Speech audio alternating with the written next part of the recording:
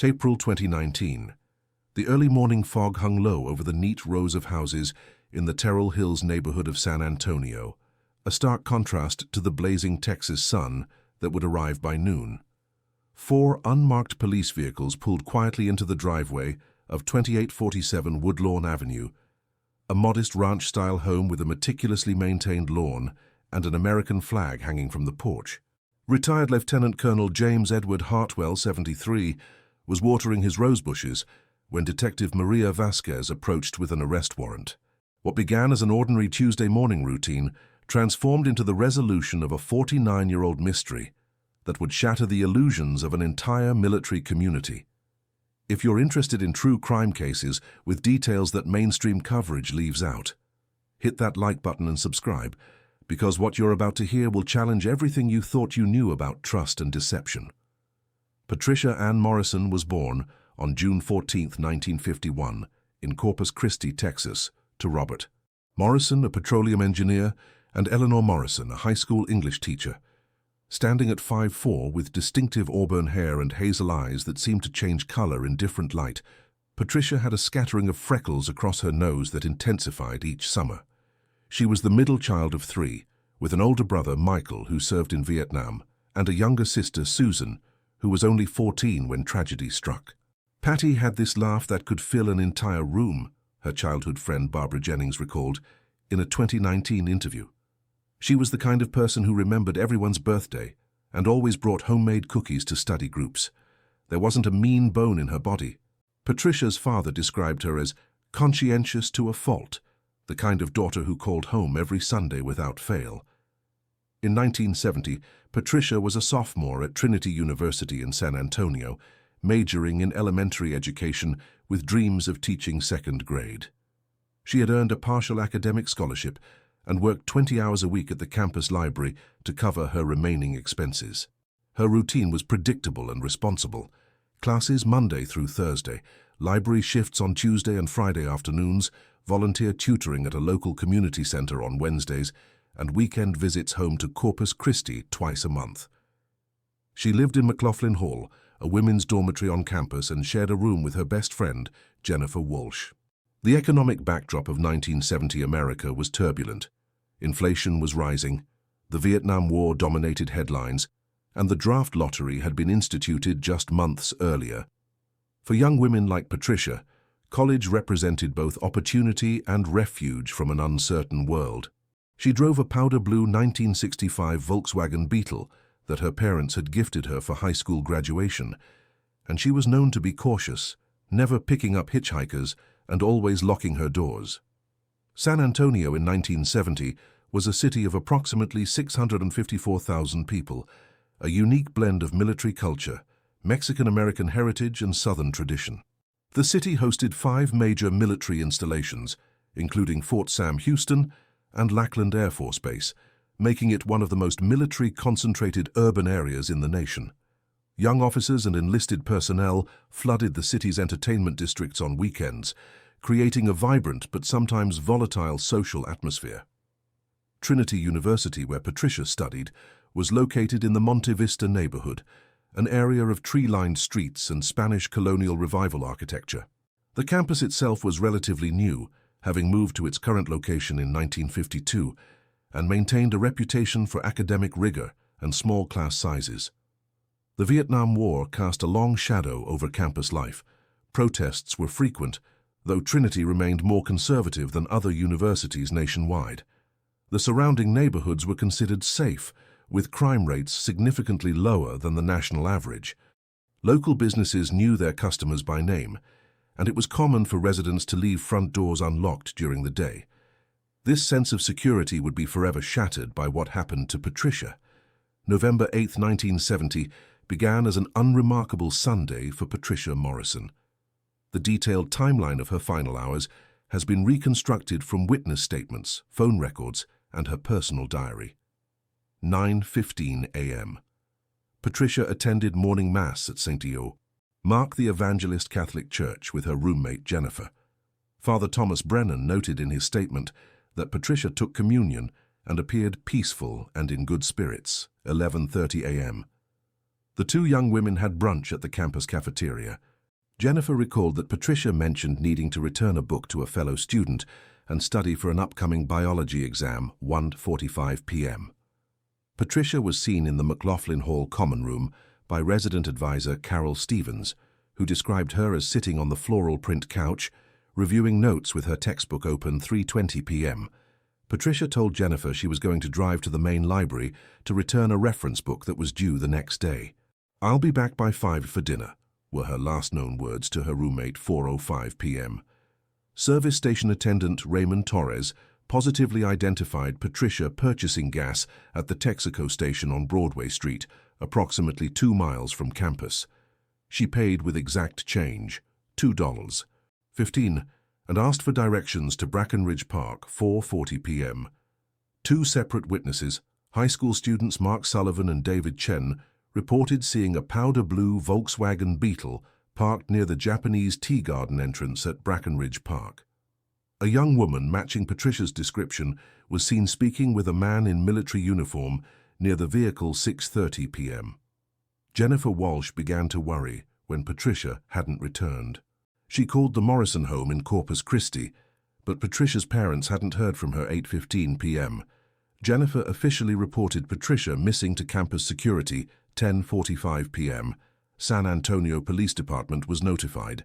An official missing persons report was filed. Patricia's diary, recovered later from her dorm room, contained an entry from November 7th, the day before her disappearance. "Met the most interesting man at the library yesterday.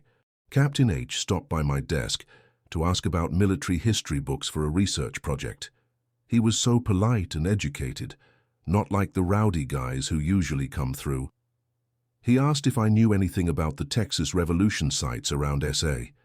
I told him about my favorite spot at Brackenridge Park. He seemed genuinely interested. It's nice to have an intelligent conversation for once." November 10th, 1970, 2 days after Patricia was reported missing, changed everything. John Whitmore, a 58-year-old groundskeeper at Brackenridge Park, arrived for his regular Tuesday morning shift at 6 a.m. As he walked along the trails near the sunken garden area, he noticed what appeared to be discarded clothing partially hidden beneath a cluster of live oak trees approximately 200 yards from the main pathway. Upon closer inspection, Whitmore discovered Patricia Morrison's body. The San Antonio Police Department's forensic report, filed by Detective Lawrence Cooper, documented the scene with meticulous detail. Patricia was found lying face up, her body positioned in a small clearing surrounded by dense vegetation. She was wearing the same clothing witnesses had described from Sunday, a yellow cotton blouse, blue jeans, and brown leather sandals. Her purse was missing, but her Trinity University ID card was found 15 feet away, partially buried in leaves. The medical examiner, Dr. Harold Weinstein, determined that Patricia had died from manual strangulation, with defensive wounds on her hands and forearms, indicating she had fought her attacker. Time of death was estimated between 5 p.m. and 7 p.m. on November 8th. The specific evidence collected at the scene included a partial footprint in the soil measuring men's size 10, 3 buttons torn from Patricia's blouse, soil samples containing traces of motor oil, 2 cigarette butts of the Marlboro brand located approximately 10 feet from the body, a small amount of military-issue khaki fabric caught on a tree branch at chest height, fingernail scrapings from the victim containing skin cells, and tire impressions in the nearby dirt consistent with a standard military vehicle. Detective Cooper's initial report noted, "The scene suggests the victim knew her attacker and went to this location willingly. There are no signs of her being dragged or carried to this spot. The positioning of the body and surrounding evidence indicates a confrontation that escalated rapidly." The first responding officer, Sergeant Michael Donnelly, stated in his report, "In my 15 years on the force, I've never seen a crime scene that felt more personal. This wasn't a random act of violence. The discovery sent shockwaves through Trinity University and the broader San Antonio community. Vigils were held on campus, with over 500 students gathering to light candles and share memories of Patricia. The Morrison family arrived from Corpus Christi within hours of being notified. Robert Morrison told reporters outside the police station, My daughter was the most careful, responsible young woman you'd ever meet. Someone she trusted did this to her. Find them? Are you watching this from a place where you feel safe? It's chilling to realize that monsters don't always look like monsters, and they can be anywhere. Drop a comment and let me know where you're watching from. The San Antonio Police Department in 1970 was a force of approximately 850 officers serving a rapidly growing city. The detective division was understaffed and overwhelmed, with each detective typically handling 15 to 20 active cases simultaneously. Detective Lawrence Cooper, a 19-year veteran who took the lead on Patricia's case, had to work with significant technological limitations. No DNA analysis, no computerized databases, no cell phone tracking, and forensic science that was primitive by modern standards. Fingerprint analysis could take weeks, and even then required a suspect to compare against the investigation immediately focused on 5 primary suspects, each with varying degrees of connection to Patricia Morrison. Suspect 1. David Lee Hutchins, 21, Trinity University senior. Hutchins was a biology major who had been partnered with Patricia for a lab project earlier in the semester. Multiple students reported that Hutchins had developed an unrequited romantic interest in Patricia, often waiting for her outside of classes and offering unsolicited rides in his vehicle. Jennifer Walsh confirmed that Patricia had complained about Hutchins making her uncomfortable. Investigators discovered that Hutchins had no alibi for the evening of November 8th, claiming he was studying alone in his apartment. However, further investigation revealed that Hutchins had been in Austin, Texas, that entire weekend visiting his parents, confirmed by toll receipts from the interstate and testimony from his family. He was formally eliminated as a suspect on November 18, 1970. Suspect 2. Marcus Williams, 34, library janitor at Trinity University. Williams had a previous arrest record for assault in 1967, though charges had been dropped.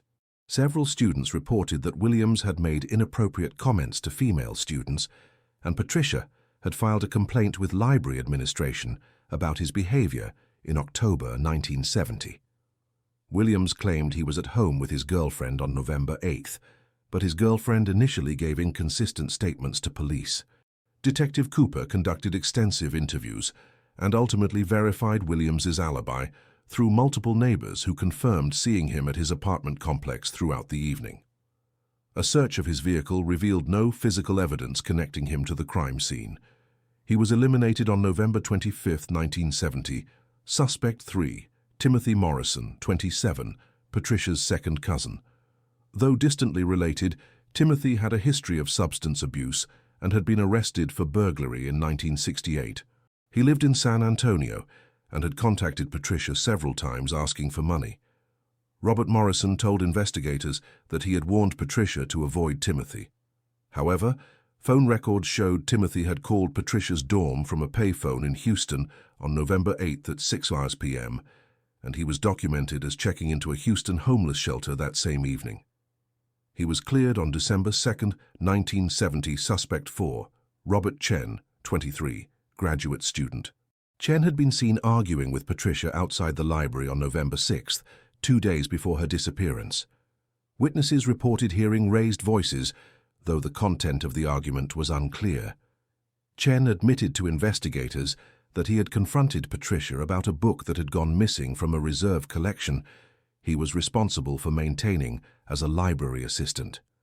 He claimed Patricia had been the last person to check it out, and he was facing potential disciplinary action. Chen's alibi was that he spent November 8th attending a graduate seminar dinner at Professor Harold Eastman's home, which lasted from 4 p.m. until after 10 p.m. Professor Eastman and 6 other attendees confirmed Chen's presence throughout the evening. Additionally, Chen did not own a vehicle and relied on public transportation. He was eliminated on December 8, 1970. Suspect 5, Captain James Edward Hartwell, 24, U.S. Army officer stationed at Fort Sam, Houston. This is where the investigation would unknowingly come closest to the truth, only to veer away at the critical moment. Captain Hartwell had been identified by library records as having checked out several military history books During the same period, Patricia worked at the desk. When questioned on November 20, 1970, Hartwell presented as exceptionally cooperative and professional. He acknowledged speaking with Patricia on November 6 about Texas Revolution historical sites and admitted she had recommended Brackenridge Park as a location of interest. However, Hartwell stated he had never followed up on the recommendation and claimed he spent November 8 attending to administrative duties at Fort Sam Houston, followed by an evening at the Officers' Club with fellow servicemen. His commanding officer, Colonel Richard Davenport, provided a glowing character reference describing Hartwell as one of the most promising young officers under my command, with an impeccable service record and unimpeachable integrity. 3 fellow officers, Lieutenant Robert Shaw, Lieutenant Paul Henderson, and Captain Marcus Reynolds, all stated they had been with Hartwell at the Officers' Club from approximately 7 p.m. until midnight on November 8th. The alibi seemed airtight. Detective Cooper noted in his report, "Captain Hartwell appears genuinely distressed by Miss Morrison's death and has been nothing but forthcoming. His military service record is exemplary, and multiple witnesses confirm his whereabouts. See no reason to pursue this line of inquiry further." Hartwell was formally cleared on November 28, 1970. The physical evidence collected presented its own challenges. The cigarette butts were tested for blood type through saliva analysis, a cutting-edge technique in 1970, and revealed type O positive, which matched approximately 38% of the population, making it virtually useless for narrowing suspects. The skin cells beneath Patricia's fingernails were preserved, but could not be analyzed beyond basic blood typing, which again showed type O positive. The military fabric was identified as standard-issue khaki from Army uniforms, but with over 50,000 military personnel in the San Antonio area, this lead went nowhere. The footprint and tire impressions were documented, but without a specific suspect's shoes or vehicle to compare against, remained merely circumstantial observations. By January 1971, the investigation into Patricia Morrison's murder had effectively stalled. The San Antonio Police Department had conducted over 200 interviews, followed up on 87 separate tips from the public, and exhausted all promising leads. The case remained technically open, but was moved to the cold case files, with no active investigative work being conducted. Detective Cooper, frustrated and haunted by his failure to find justice for Patricia, retired from the force in 1974, telling colleagues that the Morrison case was the one that got away, the failure that would define his career. The final investigative activity of any significance occurred in March 1971, when a confidential informant claimed to have information about the murder, but the lead proved to be fabricated by someone seeking reward money. On April 15, 1971, the case was officially classified as a cold case, filed away in the basement archives of the San Antonio Police Department headquarters. The brown accordion folder containing all physical evidence, witness statements, photographs, and reports was marked Unsolved, Morrison, Patricia A., and placed on a metal shelf where it would remain untouched for decades. What time is it where you're watching this? For the Morrison family, time stopped on November 10, 1970, and wouldn't start again for 49 years. Robert Morrison, Patricia's father, was 47 years old when his daughter was murdered. A man who had built his career on logical problem-solving and engineering precision found himself unable to engineer a solution to the greatest problem of his life. In the immediate aftermath, Robert took a leave of absence from his petroleum engineering position and dedicated himself entirely to investigating Patricia's death.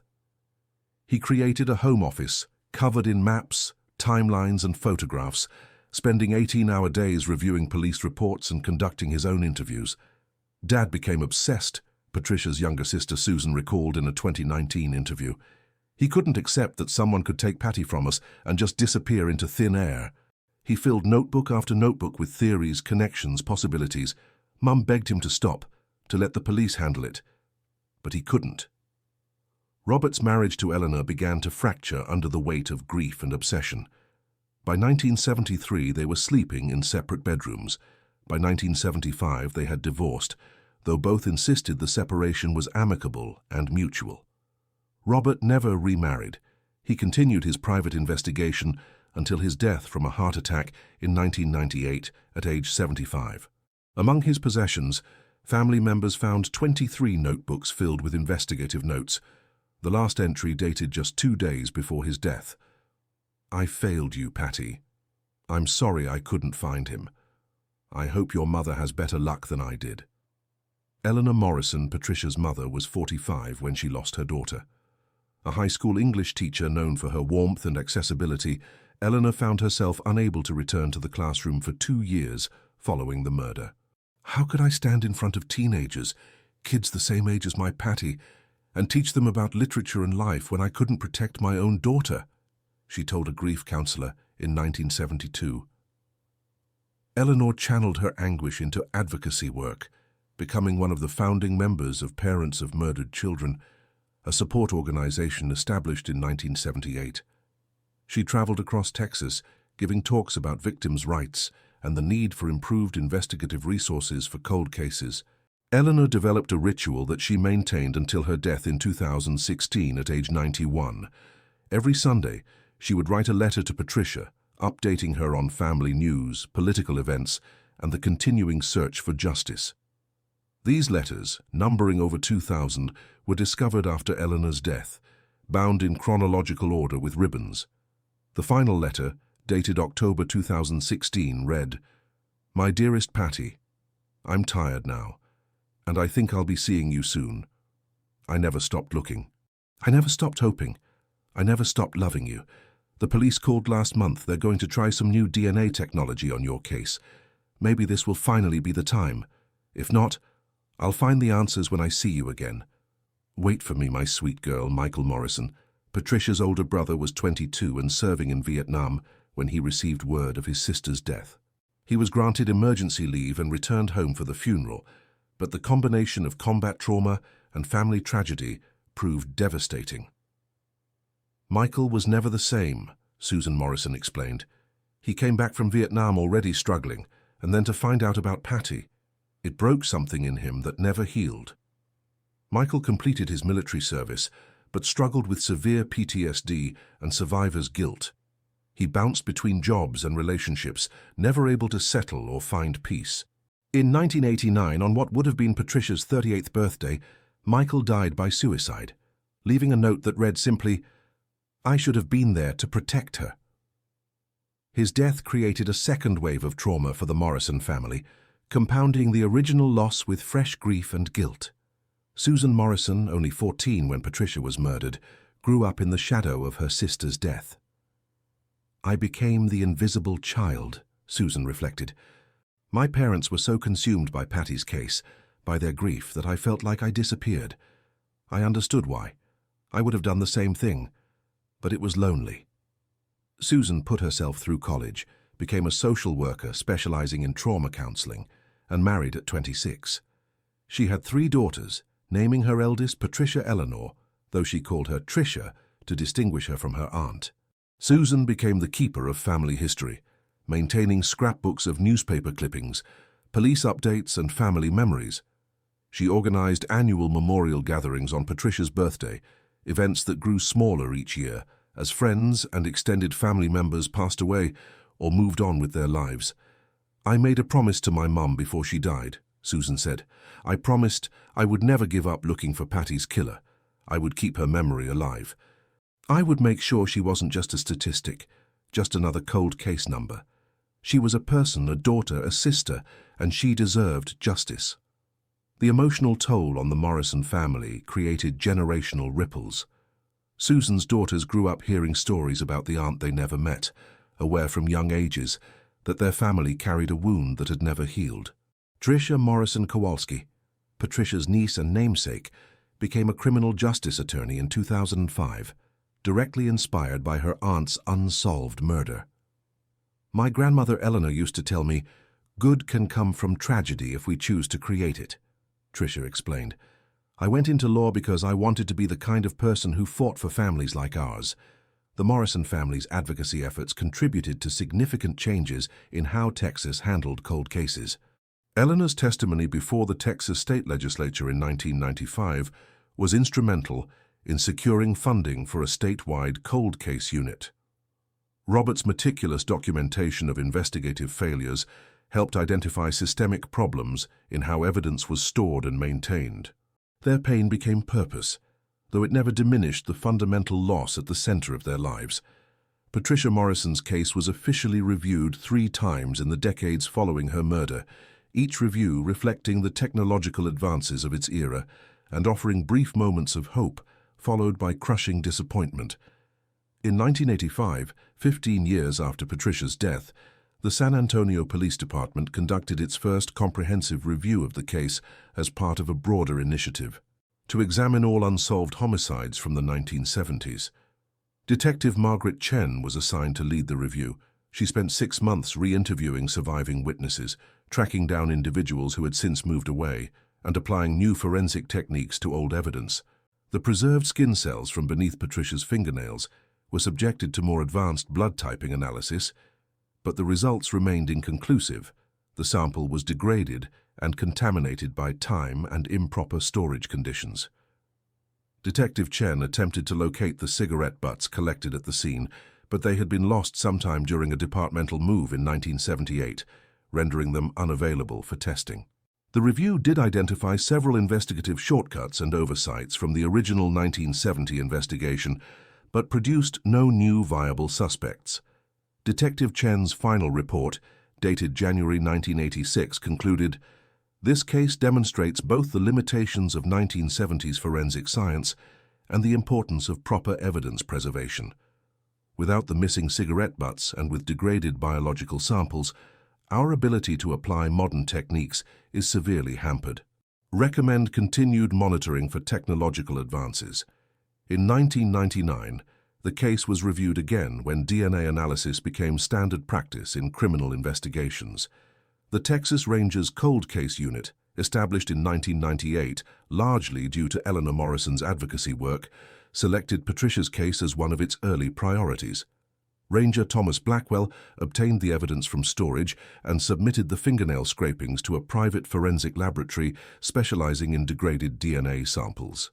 Initial results were promising. Scientists were able to extract a partial DNA profile from the skin cells. However, the profile was incomplete, containing only 8 of the 13 standard DNA markers used for identification at that time.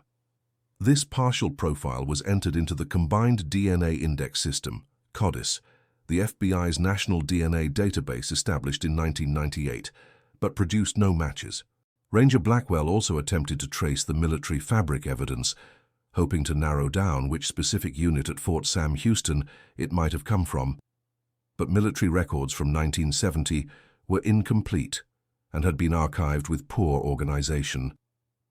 The 1999 review raised the Morrison family's hopes significantly. Eleanor and Susan both gave interviews to local news stations expressing optimism that DNA technology would finally solve the case. When the CODIS search came back negative and the investigation stalled once again, the disappointment was profound. Susan recalled, "Mom cried for 3 days straight. We thought this was finally it, the breakthrough we'd been waiting 29 years for." In 2010, 40 years after Patricia's murder, the case received its 3rd official review. Detective Sarah Martinez, who had recently been assigned to the San Antonio Police Department's Cold Case Unit, decided to take a fresh look at the Morrison file. She employed what she called a clean eyes approach, reading through the entire case file as if she were encountering it for the first time without preconceptions.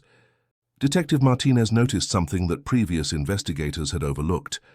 Captain James Edward Hartwell had been cleared based primarily on the alibi provided by fellow officers at Fort Sam Houston, but no one had ever verified whether he had actually been at the base earlier that day performing administrative duties as he claimed. She attempted to locate military records that might confirm or refute his presence at Fort Sam Houston between 3 p.m. and 7 p.m. on November 8, 1970, the window when Patricia was murdered. However, detailed sign-in logs from that era had been destroyed according to standard military protocols. Martinez did locate Lieutenant Robert Shaw, now 66, and retired in Arizona, who had been one of Hartwell's alibi witnesses. When interviewed by phone, Shaw admitted, I remember telling the detective back then that Jim was with us at the O Club, but honestly I can't remember if he was there when we arrived or if he showed up later. It was 50 years ago and we were drinking. I might have gotten the timeline wrong.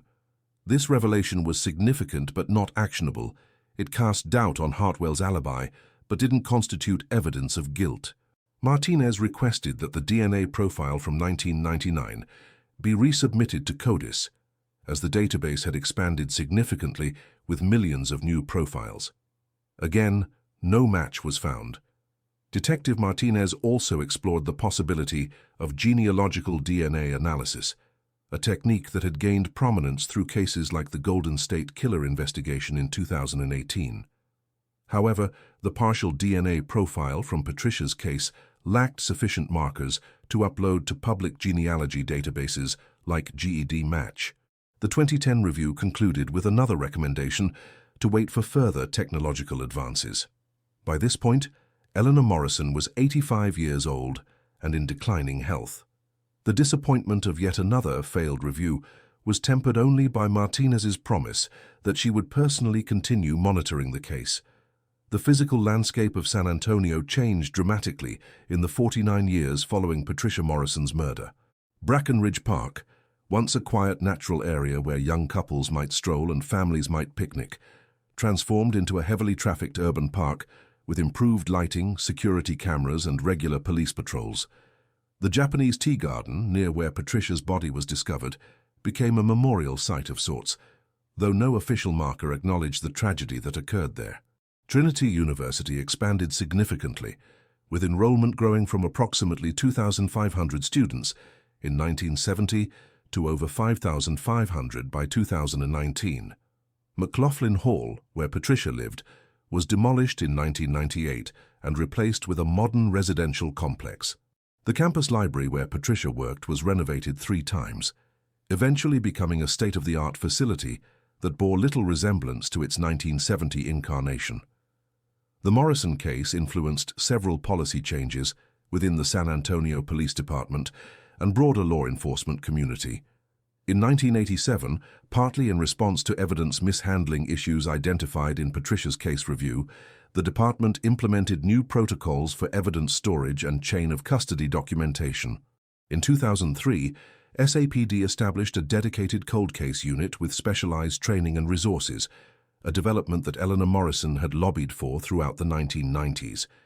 The case was frequently referenced in law enforcement training seminars as an example of how alibi verification must be thorough and skeptical, particularly when witnesses have personal or professional relationships with suspects. The collective memory of Patricia's murder faded over time, as collective memories inevitably do. By 2000, few Trinity University students had any awareness of the tragedy that had occurred on their campus decades earlier. Long-time San Antonio residents might recall hearing about that girl who was killed at Brackenridge Park back in the 70s, but specifics were lost to time. The Morrison family became the sole keepers of Patricia's story, a burden that felt increasingly lonely as years passed. How's the weather, where you are right now? The Morrison family endured 49 years of changing seasons, each one a reminder of time passing without answers, without justice, without peace. January 17, 2019, brought an unexpected development that would ultimately crack open the decades-old case. Detective Sarah Martinez received a call from Dr. Angela Reeves, a forensic geneticist at Othram Inc., a private laboratory in the Woodlands, Texas, specializing in advanced DNA analysis. Dr. Reeves had been reviewing a list of Texas cold cases with degraded or partial DNA evidence, looking for opportunities to apply cutting-edge forensic genealogy techniques that had proven successful in other high-profile investigations. The Morrison case caught her attention specifically because of its age, the quality of documentation, and the partial DNA profile that existed in CODIS. I believed we could extract additional genetic information from the original evidence using newer extraction methods and next-generation sequencing, Dr. Reeves explained. Catherine offered to perform the analysis pro bono as part of their initiative to solve cold cases. For families who had been waiting decades for answers, Detective Martinez immediately contacted Susan Morrison, now 62 years old, and the last surviving member of Patricia's immediate family. Susan was cautiously hopeful but emotionally guarded after 3 previous disappointments. I told Detective Martinez that I appreciated the effort, but I couldn't let myself hope anymore, Susan recalled. It hurt too much every time we thought we were close and then weren't. Nevertheless, she agreed to provide a DNA sample for familial reference, and the original evidence from Patricia's case, preserved in the climate-controlled evidence facility where it had been relocated in 2005, was sent to Othram's laboratory. The forensic genetic genealogy process that Dr. Reeves and her team employed represented a quantum leap beyond traditional DNA analysis. Where conventional forensic DNA testing examines 13 to 20 specific genetic markers, forensic genetic genealogy sequences hundreds of thousands of single nucleotide polymorphisms, SNPs, across the entire genome, creating a vastly more detailed genetic profile. Think of traditional DNA testing as examining a few pages in a massive book, Dr. Reeves explained in a 2019 conference presentation. Forensic genetic genealogy reads the entire book, cover to cover, giving us exponentially more information to work with. The Othram team used proprietary extraction techniques to recover additional genetic material from the skin cells that had been beneath Patricia's fingernails for 49 years. They employed next-generation sequencing technology that could read even heavily degraded DNA fragments, then used sophisticated bioinformatics software to assemble these fragments into a comprehensive genetic profile. The process took 4 months and cost approximately $15,000, entirely covered by Othram's pro bono commitment. On May 8, 2019, Dr. Reeves called Detective Martinez with results. They had successfully generated a full SNP profile from the unknown male DNA found beneath Patricia's fingernails. This profile was uploaded to GEDmatch, a public genealogy database containing genetic information from individuals who had voluntarily uploaded their personal DNA test results from companies like Ancestry.com and 23andMe. The search identified several third and fourth cousins of the unknown subject, individuals who shared enough genetic material to indicate family relationships, but were too distantly related to immediately identify the suspect. This is where the painstaking work of genetic genealogy truly began. Barbara Ray Venter, a genetic genealogist contracted by SAPD to assist with the case, spent 6 weeks building family trees based on the genetic matches. I started with the closest matches and worked backward through generations, identifying common ancestors, Ray Venter explained. Then I worked forward again through descendants, creating comprehensive family trees that showed every possible branch. She consulted census records, birth certificates, marriage licenses, obituaries, military records, and social media profiles. The process involved traditional genealogical research combined with genetic analysis, narrowing the possibilities with each generation.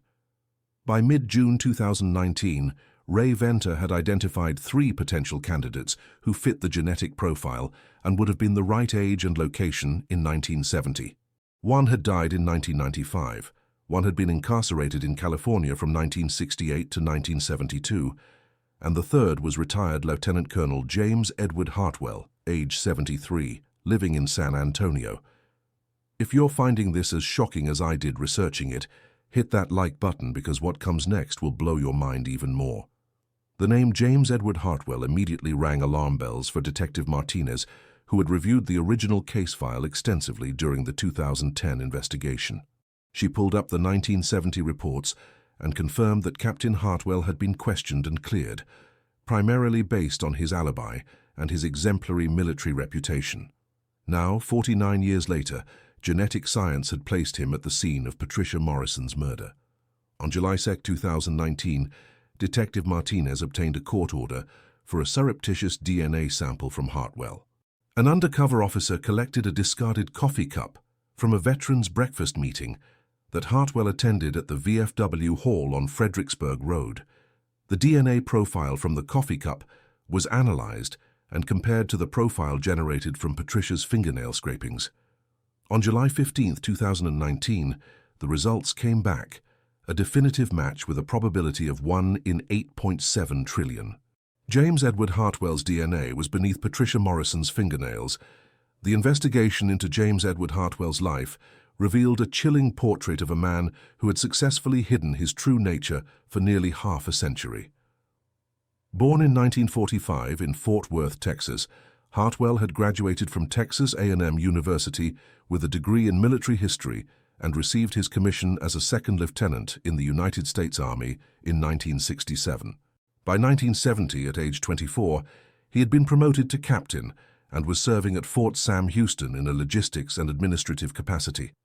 His service record showed consistent excellence, high marks on evaluations, commendations for organizational skills, and descriptions of him as disciplined, intelligent, and officer material. In 1972, Hartwell married Carolyn Pierce, a nurse at Fort Sam Houston's military hospital. They had 2 children, both daughters, born in 1974 and 1977. Carolyn would later tell investigators that she had been married to James for 47 years and never had the slightest indication that he was capable of violence. The couple were active in their church, St. Luke's Episcopal, where Hartwell served as a deacon from 1985 to 2002. He was the kind of man you'd trust with anything, Reverend Thomas Caldwell stated. He organized our community outreach programs, volunteered with youth groups, and seemed genuinely devoted to service. Hartwell's military career progressed steadily through the ranks. He served tours in Germany, South Korea, and various stateside posts, eventually retiring in 1995 with the rank of lieutenant colonel after 28 years of service. His retirement ceremony was attended by over 200 people, with his commanding general praising his unwavering commitment to duty and exemplary moral character. Post-retirement, Hartwell worked as a military history consultant, occasionally teaching courses at local community colleges and giving lectures at military museums and veterans organizations. He published 2 well-regarded books on Texas military history: Lone Star Warriors, Texas Military Traditions from the Revolution to Vietnam in 2001, and Fort Sam Houston, A Century of Service in 2008. Both books received positive reviews and were used as reference materials by students and historians. The most disturbing aspects of Hartwell's life emerged when investigators examined his interactions with the Morrison family over the decades. In 1985, when the first major review of Patricia's case occurred and received local media coverage, Hartwell attended a public vigil at Trinity University. He introduced himself to Eleanor Morrison as a retired officer who had been stationed at Fort Sam Houston in 1970 and wanted to express his sympathies. "He seemed so kind," Eleanor wrote in one of her letters to Patricia dated November 1985. "A retired colonel named James Hartwell spoke with me for almost an hour. He said he remembered when you disappeared, how it had affected everyone at the base. He promised to pray for our family and for justice." Hartwell maintained sporadic contact with Eleanor over the years, sending Christmas cards and occasionally calling to check on the family. In 2010, he attended Robert Morrison's memorial service, standing in the back of the church and offering condolences to Susan Morrison afterward. "I remember him clearly," Susan stated during her 2019 police interview, her voice shaking with rage and disbelief. "He hugged me. He looked me in the eyes and told me he was sorry for our loss, that he hoped we would find peace. And the entire time, he was the one who had killed her." Dr. Michael Stone, a forensic psychiatrist at Columbia University, who has extensively studied criminal psychology, reviewed Hartwell's case file at the request of prosecutors. "What we see in James Hartwell is a textbook example of a highly intelligent psychopath with exceptional impulse control," Dr. Stone explained. "The ability to murder someone, return to normal life immediately, maintain that facade for 49 years, and even insert yourself into the victim's family grief process demonstrates a profound lack of empathy, combined with sophisticated social manipulation." Dr. Stone noted that Hartwell exhibited many characteristics common to successful criminal psychopaths: superficial charm, above-average intelligence, ability to maintain long-term relationships through careful management rather than genuine emotional connection, and a grandiose sense of self-worth. The fact that he kept his military uniform fabric from 1970, which was found in his home office during the search warrant execution, suggests he derived psychological satisfaction from having a trophy of his crime, Dr. Stone continued. This is someone who likely experienced pleasure, not just from the murder itself, but from the ongoing knowledge that he had gotten away with it, that he was smarter than everyone else. Investigators examining Hartwell's personal effects discovered a locked filing cabinet in his home office containing newspaper clippings about Patricia's case from 1970 through 2019, including articles about the case reviews in 1985, 1999, and 2010.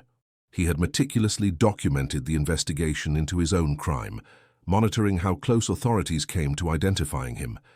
A personal journal found in the same cabinet contained entries that were coded, but forensic linguists working with the FBI were able to decipher portions.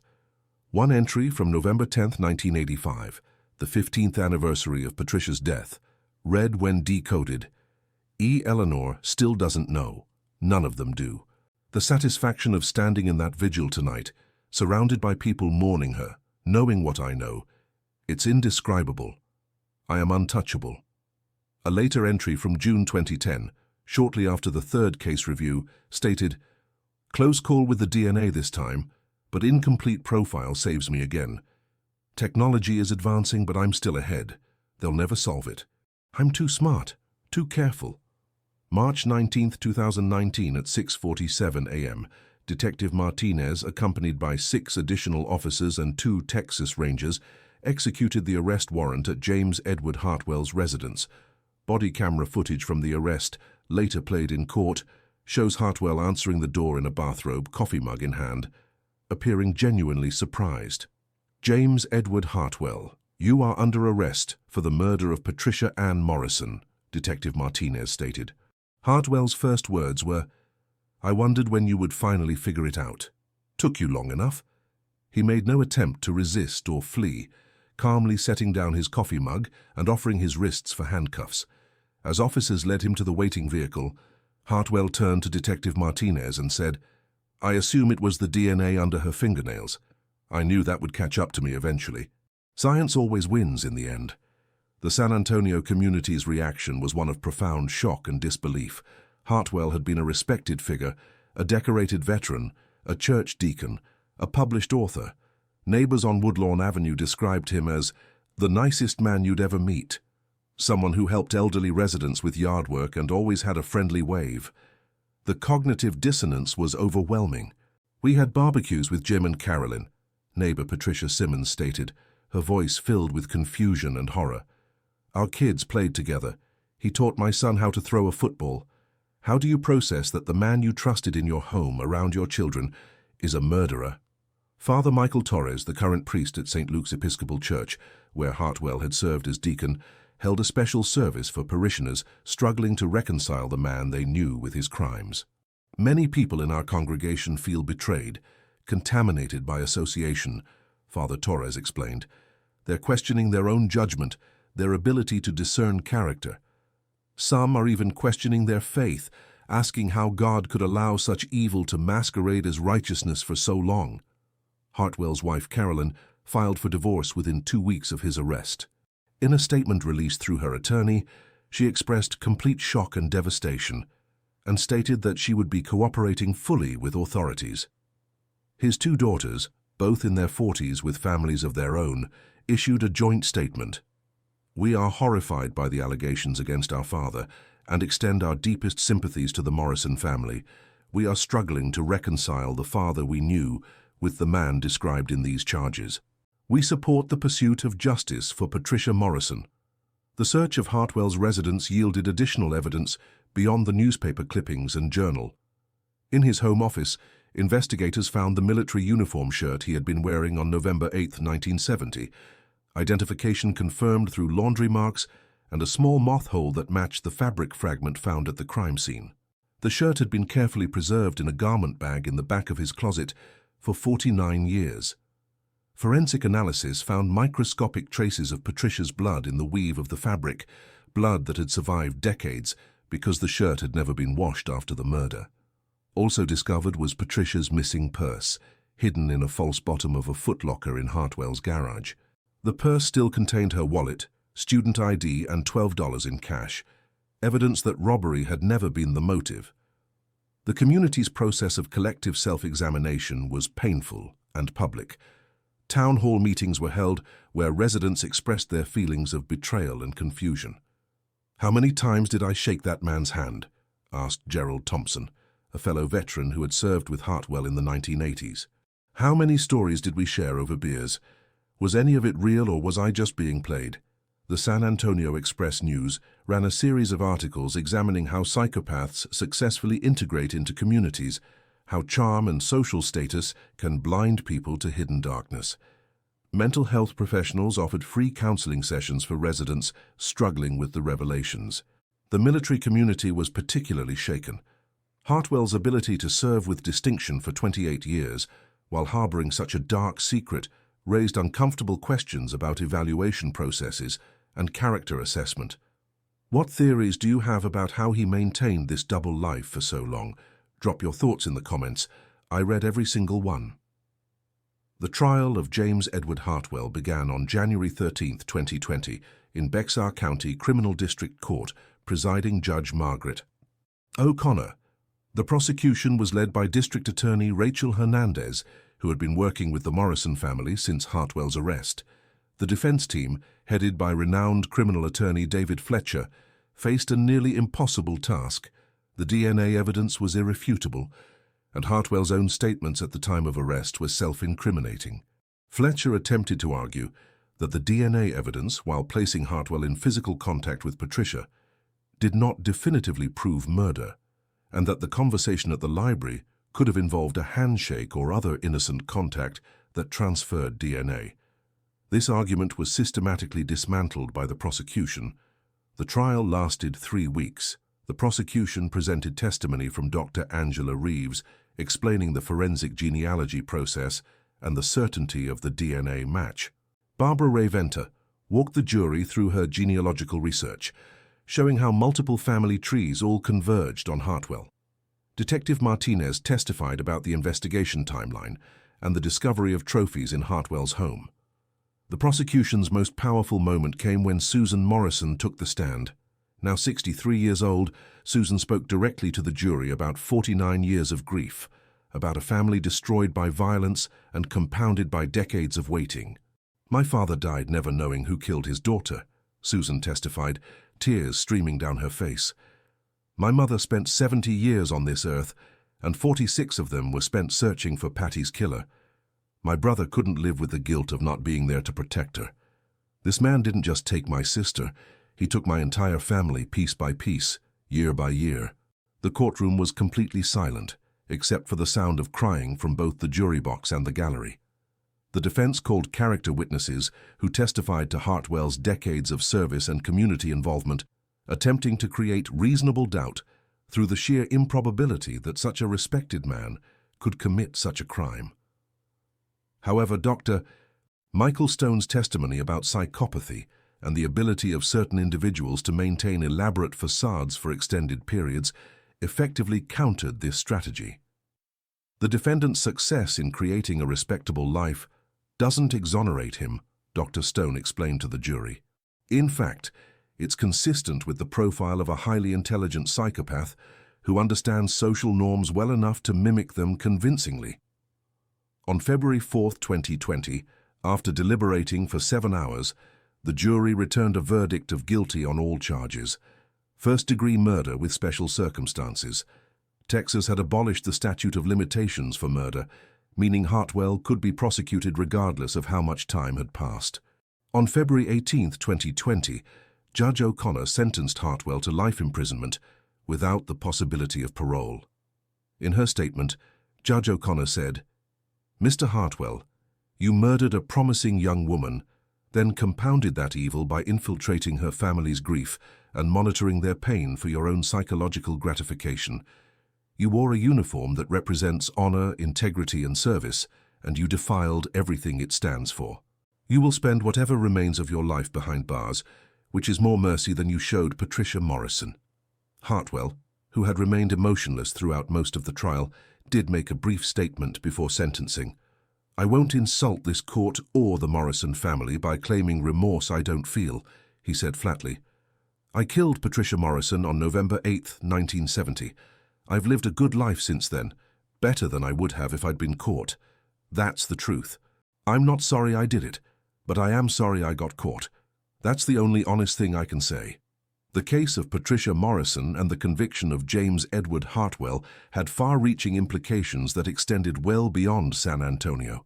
Susan Morrison, finally able to close a chapter that had consumed her entire adult life, established the Patricia Morrison Foundation in 2020, dedicated to funding forensic genealogy services for families of cold case victims who cannot afford private laboratory services. "My mother would want something good to come from this nightmare," Susan explained at the Foundation's launch. "There are thousands of families like ours, still waiting, still hoping. If we can help even one of them find answers, Patty's death will mean something beyond just tragedy." Eleanor Morrison's 2,000 letters to Patricia were donated to the Texas State Library and Archives, where they serve as a powerful historical document about grief, persistence, and a mother's unbreakable love. Excerpts have been used in victim advocacy training programs and grief counseling curricula.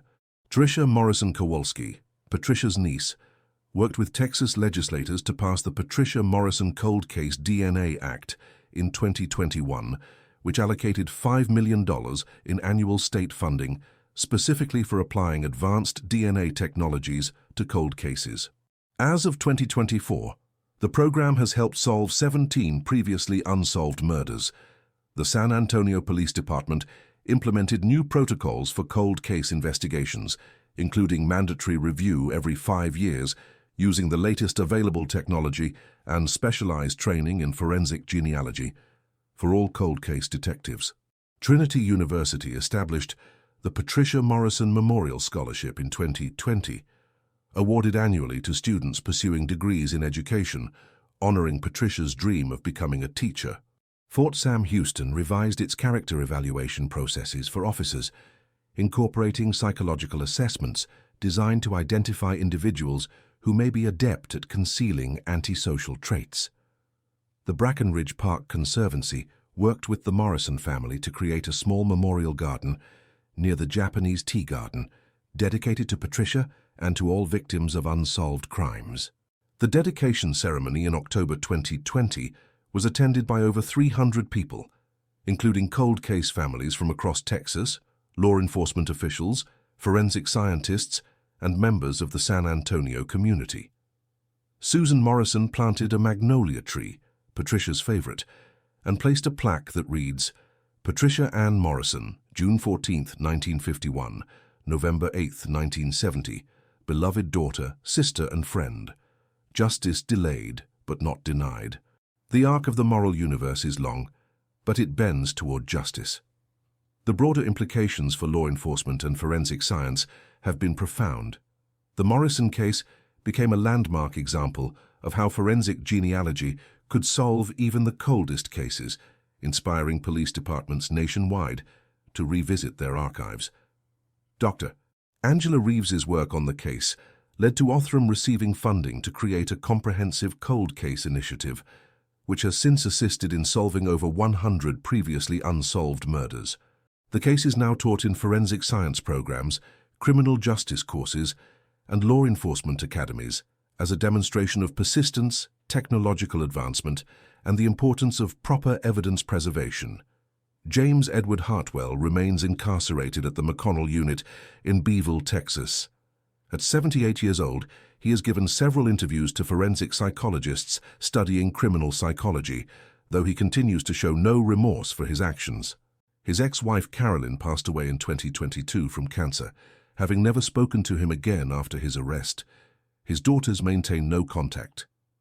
In a 2023 interview with Dr. Michael Stone for a research project on long-term psychopathy, Hartwell stated, "People want to understand why I did it, like there's some tragic backstory that explains everything. There isn't. I killed her because I wanted to, because I could, and because I enjoyed it." That's the reality that makes people uncomfortable. Some people simply enjoy causing harm, and we're very good at hiding it. Susan Morrison is now 68 years old. She continues to run the Patricia Morrison Foundation and speaks regularly at victim advocacy events. In a 2024 interview, she reflected, For 49 years, my family lived in a state of suspended animation. We couldn't move forward because we didn't have closure. We couldn't grieve properly because the wound was never allowed to heal. It was reopened every time we saw Hartwell living his happy life, receiving honors, being respected. Now finally, we can breathe. We can remember Patty not just as a murder victim, but as the vibrant, loving person she was. That's what justice gave us, the right to remember her whole. The story of Patricia Morrison is ultimately about more than murder and justice. It's about the resilience of families who refuse to give up, about scientific advancement, giving voice to the silenced, about communities confronting uncomfortable truths about trust and deception, and about the fundamental human need for truth and accountability. Patricia's life was cut short at 19, but her legacy, embodied in scholarships, policy changes, solved cold cases, and a family's unbreakable determination, extends far beyond the tragedy of her death. If this case moved you, if you believe in the importance of never giving up on victims and their families, please subscribe to this channel. We cover cases like Patricia's, cases where justice took decades but ultimately prevailed, cases that mainstream media forgot, but families never did. Share this video with someone who cares about true crime with depth and humanity. And tell me in the comments, what struck you most about Patricia's story? Was it the family's 49-year fight, the shocking revelation about Hartwell, the role of DNA technology? Your engagement helps bring attention to cold cases that still need solving. There are thousands of families still waiting for their answers. Let's make sure their loved ones aren't forgotten.